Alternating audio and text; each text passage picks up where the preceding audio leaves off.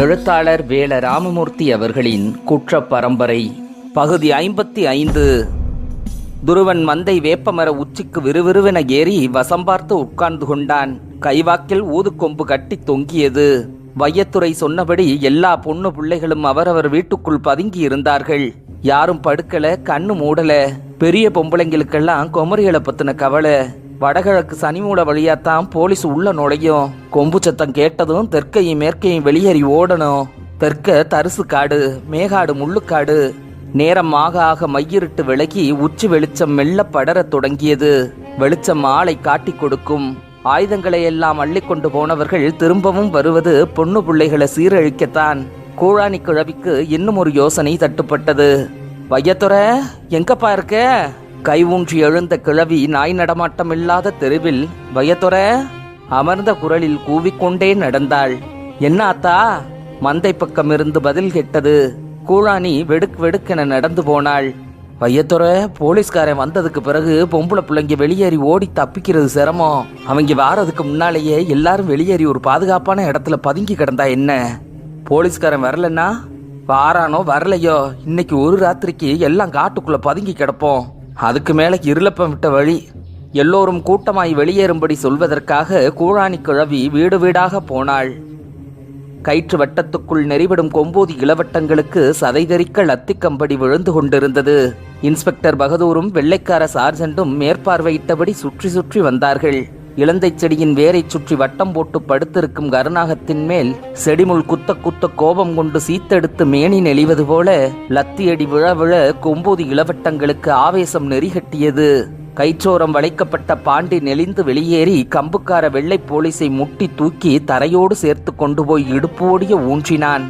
சட்டி போலீஸ்களில் பாதி போலீஸ் பாண்டி பக்கம் திரும்பியது. பகதூர் கத்தினார், டேய் அவனை பிடி! அத்தனை போலீஸ்களும் பாண்டியை அடித்து துவைத்தார்கள். ஆனாலும் அந்த வெள்ளை போலீஸை பாண்டி விடுவதாக இல்லை. பாண்டியை வெள்ளை போலீசிடமிருந்து மற்றவர்கள் பீத்தார்கள். வெள்ளை போலீஸின் குரல்வளை பாண்டியின் வாயோடு வந்தது.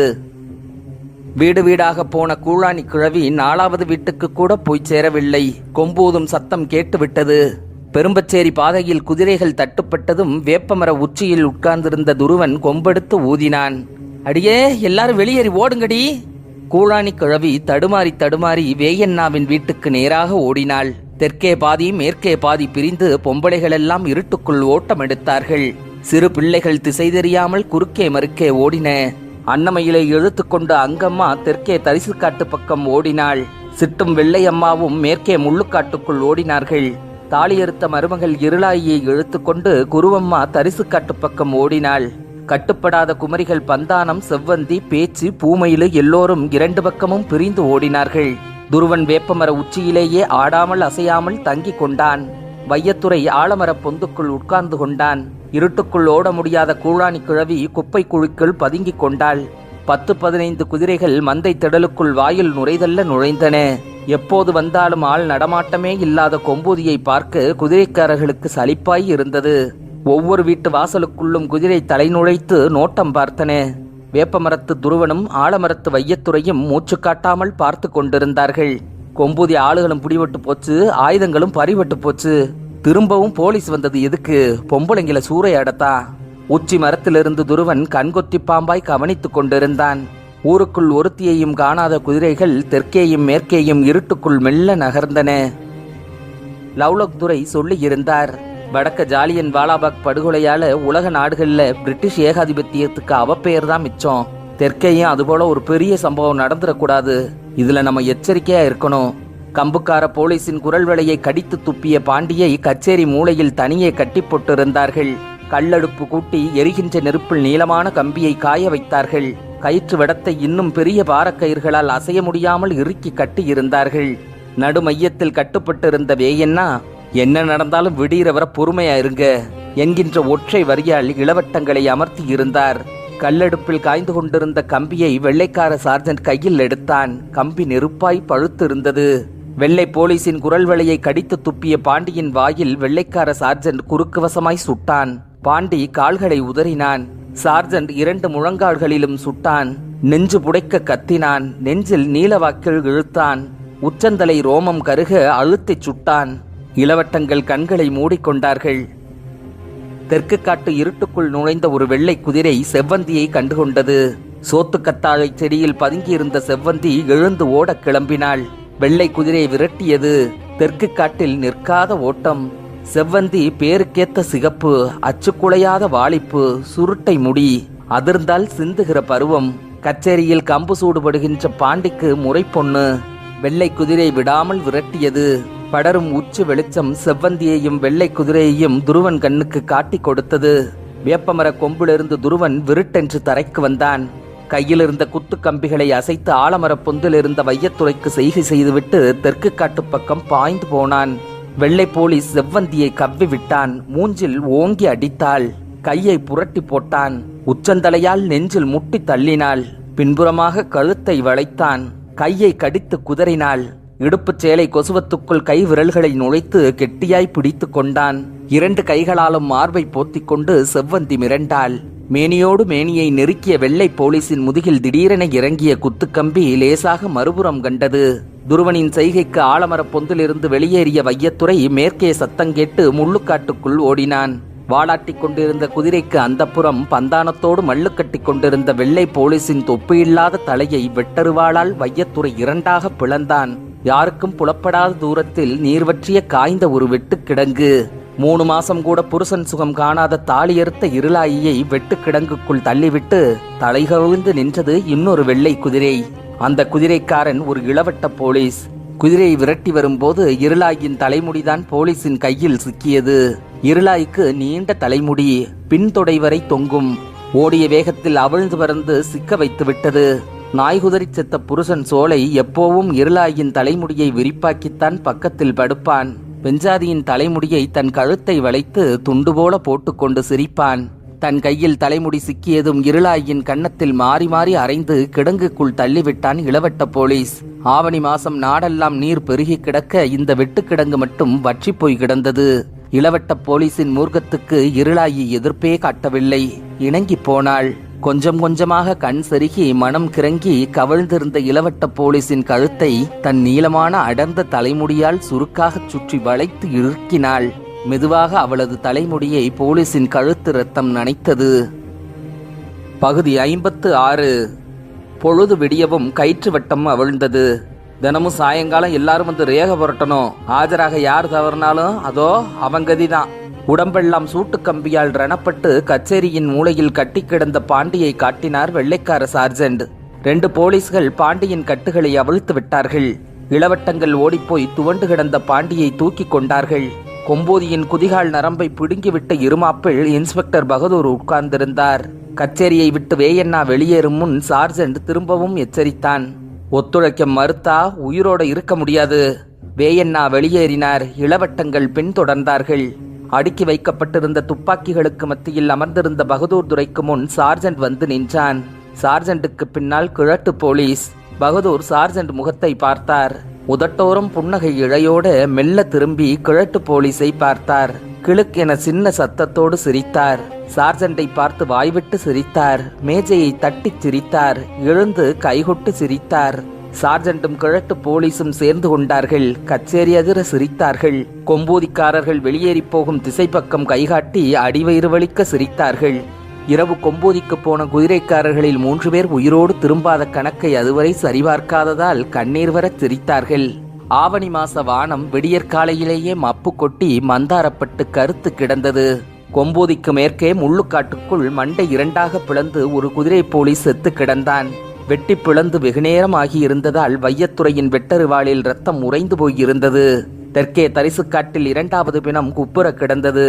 செவ்வந்தியின் இடுப்புச் சேலை கொசுவத்துக்குள் விரலை நுழைத்து இறுக பிடித்த வெள்ளை போலீசின் முதுகில் இறங்கி மறுபக்கம் கண்டிருந்த துருவனின் குத்துக்கம்பியை முதலில் உருவ முடியவில்லை.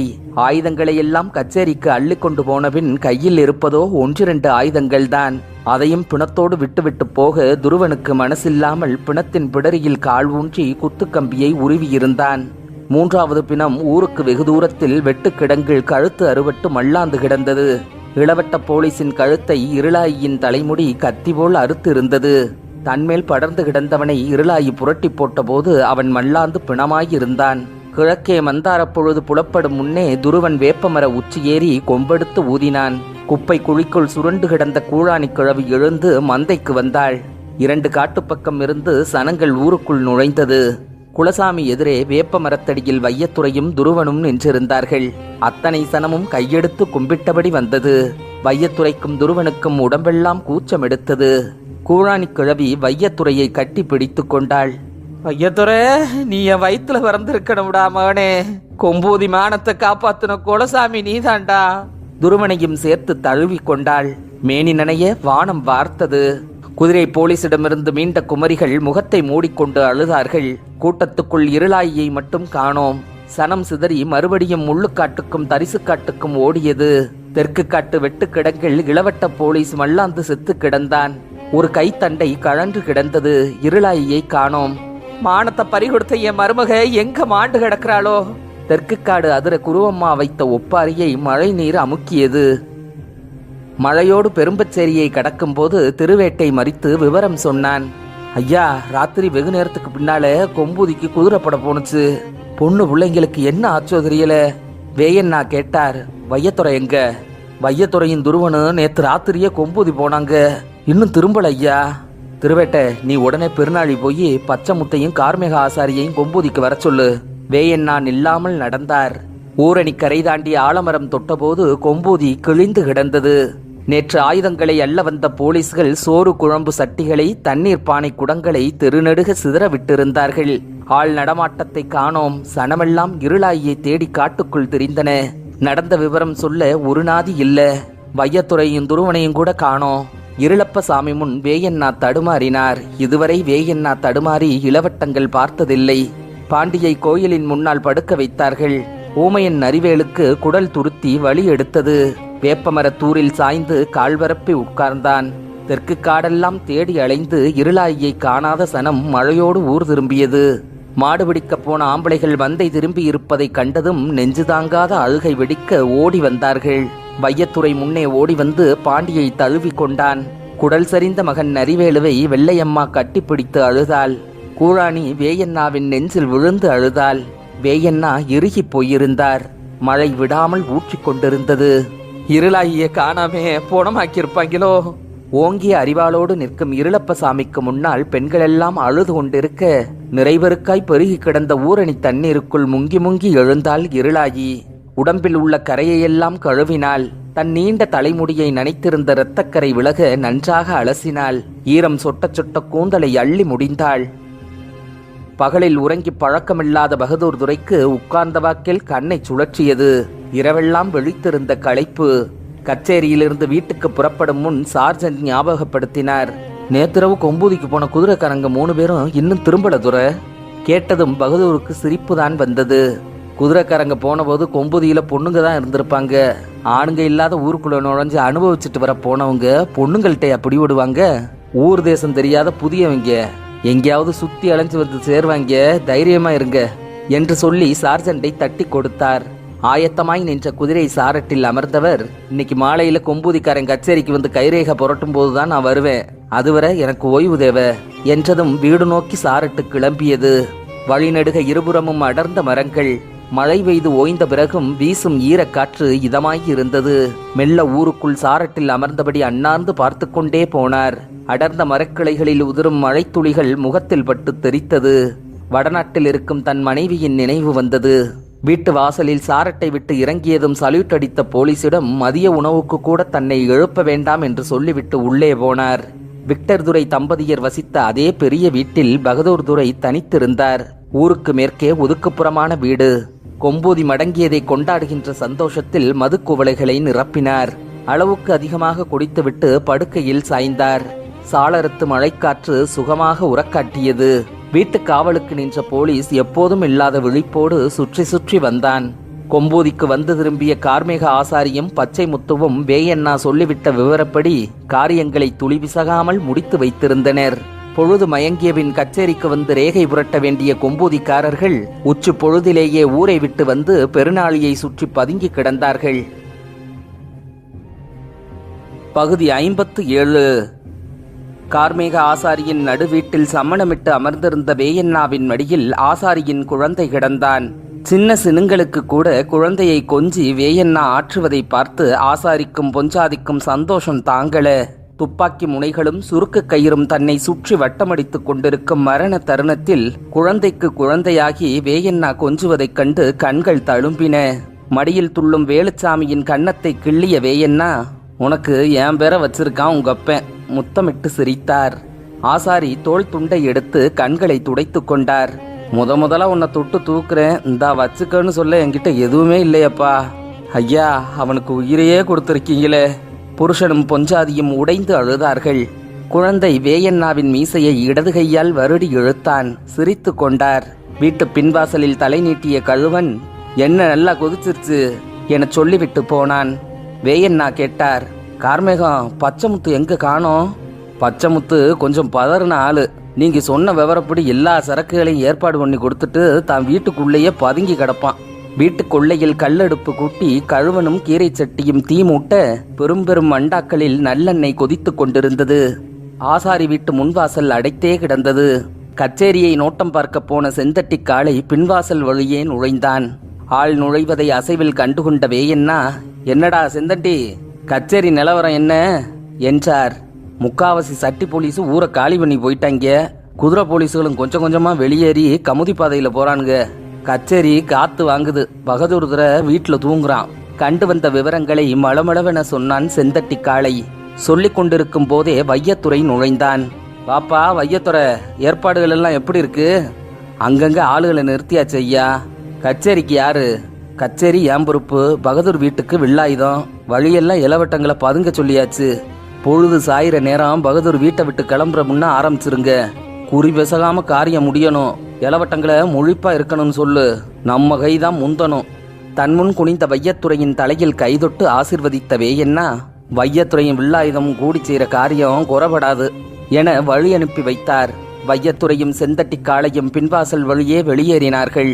மறுபடியும் மீசையை இழுத்த குழந்தைக்கு அணைவாய் குனிந்து, இது உனக்கு வேணுமா? மீசையை கைகளில் உரச விட்டார். கார்மேக ஆசாரி தயங்கி தயங்கி கேட்டார், ஐயா, பெரிய காரியம் செய்ய எடுப்படுத்திருக்கோம். நம்ம பிள்ளைய கையிலையும் ஆயுதம் எதுவும் கிடையாது. வெள்ளக்காரனும் குதிரைப்பட, குண்டாந்தடி, துப்பாக்கின்னு சகல ஆயுத சகிதம் இருக்கிறான். கரணம் தப்புனா மரணம். நம்ம எடுப்பு சரிதானா? கார்மேகம், மனுஷ பயலுக்கு மரணம் எந்நேரமும் வரலாம். எடுத்த காரியத்துல பெரிய காரியம் சின்ன காரியம்னு எதுவும் கணக்கு கிடையாது. ஆம்பளைய இல்லாத ஊருக்குள்ள நுழைஞ்சு சின்னஞ்சிறுசுகளை பலவந்தம் பண்றது போலீஸ் கணக்கு. அதுக்காக உயிரை எடுக்கிறதும் அல்லது உயிரை கொடுக்கறதும் கொம்போதி கணக்கு. அவ்வளவுதான். சொல்லி வாய் மூடும் முன் வேயண்ணாவின் மடியை வெதுவெதுப்பான சிறுநீர் நனைத்தது. வீடு அதிரச் சிரித்து நெஞ்சுக்கு மேல் குழந்தையை தூக்கி, ஏய் கார்மேகம், உன் மகன் என் மடியில ஒண்ணுக்கு போயிட்டான், நல்ல சகுனமப்பா என கன்னத்தோடு சேர்த்து குழந்தையை கொஞ்சினார். ஆவணி மழைப்பெருக்கு சம்பங்கி ஆற்றில் நுரைத்து ஓடிக்கொண்டிருந்தது. ஓடைக்கரை நடுக ஆற்றின் குதியாட்டம் தெரிந்தது. இறங்கும் பொழுது கதிர்கள் மரங்களுக்கு ஊடாக நுழைந்து இலைகளை மின்ன வைத்துக் கொண்டிருந்தன. சகல சௌகரியங்களையும் சொந்தம் கொண்ட பச்சை மலை அடுக்குகள் ஈர மேகங்களுக்கு மட்டும் இசைந்து கொடுத்து மையலாடின. தினமும் பொழுது விடிந்து அடையும் வரை வஜ்ராயினியை சுமந்து பன்னீர்பூ மரத்தடி பாறை தேய்ந்து போனது. உணவின்றி உறக்கமின்றி அவள் நலிந்து போனாள். நரவழி வரை கூட அவளால் உயிருடன் இருக்க முடியாது. பாறையில் படுத்திருந்தவளோடு மானும் சேர்ந்து இரையெடுக்காமல் கிடந்தது. சொர்க்கப்பனை நெருப்பிலிருந்து மீண்டு போனவன் திரும்பவில்லை. அபிஷேக வைரங்களை எல்லாம் அள்ளி ஆற்றில் எரிந்தபின் ஒளிந்து கிடந்த ஒற்றை வைரத்தை இன்னும் அந்த பன்னீர் பூக்கள் மூடி இருந்தன. வளர்த்து ஒப்படைக்க வாக்கு கொடுத்து ஒரு பெரும் பாவத்துக்கு ஆளாயிட்டனே. குமைந்து குமைந்து சத்தம் கேளாமல் அழுதான் ஹசார்தினார். மலைகளுக்குள் பொழுது விழுந்தது. பகதூர் துரையின் படுக்கை அறைக்குள் வில்லாயுதம் இறங்கியிருந்தான். வீட்டை சுற்றி வளைத்து நெருப்பு லாவிக் கொண்டிருந்தது. சாளரங்களும் தாழ்வாரங்களும் சடசடத்து எரிந்து கொண்டிருந்தன. காவலுக்கு நின்ற போலீஸ் நெருங்க முடியாமல் பரிதவித்தன. பகதூர் துரை புரண்டு படுத்தார். ஈரக்காற்றுக்கும் எரிகின்ற நெருப்புக்கும் இடையே கண் திறக்க விடாமல் தூக்கம் சுழற்றியது. பழங்காலத்து பெரிய வீட்டின் தேக்கு மரங்கள் தீயோடு குதிபோட்டு எரிந்தன. போலீஸ்காரன் முகத்தில் தீயடிக்க வீட்டை சுற்றி சுற்றி ஓடி வந்தான். இடைவெளி இல்லாத தீவட்டம் அடியிலிருந்து முகடு வரை தகிதகித்தது. ஒற்றையாளாக அவன் அலறுவதை கேட்க நாதி இல்லை. உள்ளே உறங்கும் துரையை எழுப்பியாக வேண்டும். துரை, துரை! நெருப்பு சத்தத்தை தாண்டி கத்த முடியவில்லை. கச்சேரியை நோக்கி ஓட்டம் எடுத்தான். பொழுது சாஞ்சி மும்புட்டு நேரமாகியும் கைரேக புரட்ட கொம்பூதிக்காரன் ஒருத்தனையும் காணலையே. ஓய்வெடுக்க போன துரையும் இன்னும் காணோம். வெள்ளைக்கார சார்ஜென்டும் கிழட்டு போலீஸும் ஒருவர் முகத்தை ஒருவர் பார்த்தபடி கச்சேரி தாழ்வாரத்தில் உலாத்திக் கொண்டிருந்தார்கள். துரை வீட்டு போலீஸ் அலறிக்கொண்டு ஓடி வந்தான். துரை வீடு தீப்பிடிச்சு எரியுது, உள்ள துரை மட்டும் சிக்கிக்கிட்டாரு. கச்சேரி தலைகீழாய் புரண்டது. எஞ்சி இருந்த குதிரை போலீஸ்களும் சட்டி போலீஸ்களும் வெளியேறினார்கள். கூட்டத்தோடு கூட்டமாக கிழட்டு போலீஸும் ஓடினார். கச்சேரி காவலுக்கு கூட ஆள் இல்லாமல் போக தோள்பட்டை இறங்கி போயிருந்த சார்ஜென்ட் ஓடாமல் தங்கிவிட்டான்.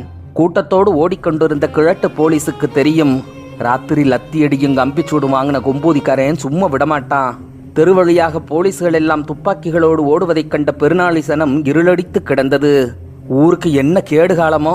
வீடுகளை விட்டு வெளியேறாமல் வேடிக்கை பார்த்தனர். இளவட்ட போலீஸ்களுக்கு ஈடு கொடுத்து ஓட முடியாத சாக்கில் கிழட்டு போலீஸ் மெல்ல பின்தங்கினார். தெருக்களை கடந்து போலீஸ்கள் மேற்கே பார்த்து ஓடினார்கள். இரண்டு பக்கம் அடர்ந்த மரச்சாலை. ஊருக்கு ஒதுக்குப்புறமாக துரை வீடு முழுதாக எரிந்து கொண்டிருந்தது. குதிரை போலீஸும் சட்டி போலீஸும் முன்னும் பின்னுமாக வந்து கொண்டிருக்க, எதிரே மேற்கே இருந்து சாலை நிறைய நெருப்பு விரட்டி வந்தது. வழி மறிவட்ட போலீஸ்கள் திகைத்து திரும்ப, கிழக்கே இருந்த மண்ணெண்ணெய் பீப்பாய்கள் உருட்டிவிட்டு கொளுத்திவிட்ட தீ சாலையை அடைத்து விரட்டி வந்தது. முன்னும் பின்னும் பிரிய முடியாதவர்களின் உச்சந்தலைகளில் அடர்ந்த மரக்கிளைகளிலிருந்து சட்டி சட்டியாக கொதித்த நல்லெண்ணெய் கொட்டியது. கிழக்கே இருந்தும் மேற்கே இருந்தும் விரட்டி வந்த நெருப்பு அத்தனை போலீசுகளையும் குதிரைகளையும் சுருட்டியது. கச்சேரி பொறுப்பில் இருந்த வையத்துறை சார்ஜென்ட் வந்தமரும் இருக்கைக்கு நேர்மேலே முகட்டு வலையில் உட்கார்ந்திருந்தான். கைக்கு தோதாக 4 ஓடுகளை பிரித்து வைத்துவிட்டு காத்திருந்தான். கச்சேரிக்கு ஒற்றை காவலாளாக முன்னும் பின்னும் நடைபோட்டு கொண்டிருந்த சார்ஜென்ட் பொறுமை இழந்து இருக்கையில் வந்தமர்ந்தான். உயரே இருந்த வையத்துறை வாகு பார்த்து கொதி எண்ணெய் சட்டியை தலைகீழாக கவிழ்த்து விட்டான். குவிந்து கிடந்த ஆயுதங்களை அள்ளிப்போக கொம்பூதி இளவட்டங்கள் கச்சேரிக்குள் நுழைந்தார்கள். மேற்கே இருந்து கிளம்பி வந்த பிணவாடை பெருநாளி சனங்களை உறங்க விடவில்லை.